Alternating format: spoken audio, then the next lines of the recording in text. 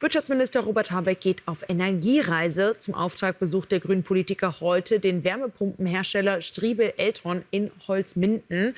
Die Branche steckt in der Krise und ist wegen des sogenannten Heizungsgesetzes nicht gut auf die Energiepolitik der Ampel zu sprechen. 2024 wurden bislang 42% weniger Heizungen verbaut als im Vorjahr.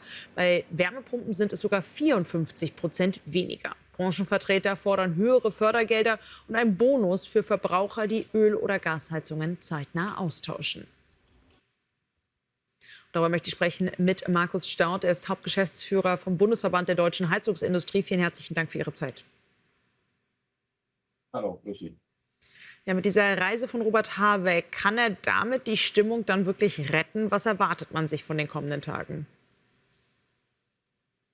Naja, uns geht es nicht um die Stimmung, sondern wir sehen in der Reise den Versuch und die Wichtigkeit, das Vertrauen der Bürgerinnen und Bürger zu gewinnen für die Heizungsmodernisierung. Die ordnungspolitischen Rahmenbedingungen sind jetzt klar, die Förderbedingungen stehen und dass es jetzt ein guter Zeitpunkt ist, sich mit der Heizungsmodernisierung auseinanderzusetzen.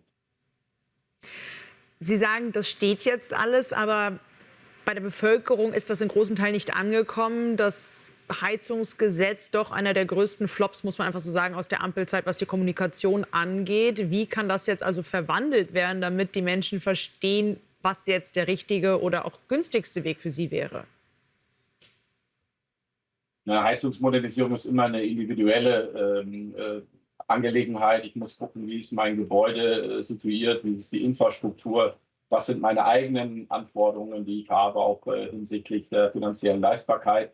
Aber hier gibt es eben jetzt Klarheit, die Förderbedingungen unterstützen einen. Es gibt ein breites Portfolio an Lösungsoptionen, die ich nutzen kann, die das Gebäudeenergiegesetz ermöglichen. Und von daher macht es jetzt eben durchaus Sinn, sich damit auseinanderzusetzen. Das Fachhandwerk hat wieder Kapazitäten, kann beraten. Die Industrie ist lieferfähig, hat Kapazitäten aufgebaut. Also von daher ein sehr guter Zeitpunkt. Natürlich ist Vertrauen verloren gegangen durch die Debatte im letzten Jahr. Hier war vielleicht der gute Wille da, aber ist nicht gut gemacht worden. Das ist ziemlich klar. Und dafür bezahlen wir bzw. die Industrie jetzt momentan eben die Rechnung. Denken Sie denn, dass es dann jetzt dieser gute Zeitpunkt so auch weitergehen kann? Im nächsten Jahr stehen Wahlen an. Wenn wir auf die Umfragen schauen, ist es doch eine Wahrscheinlichkeit, dass die Union dann an der Regierung teilhaben würde. Und die sieht die bisherigen Veränderungen innerhalb der Ampel sehr kritisch. Da könnte man also wieder alles auf den Kopf stellen, oder?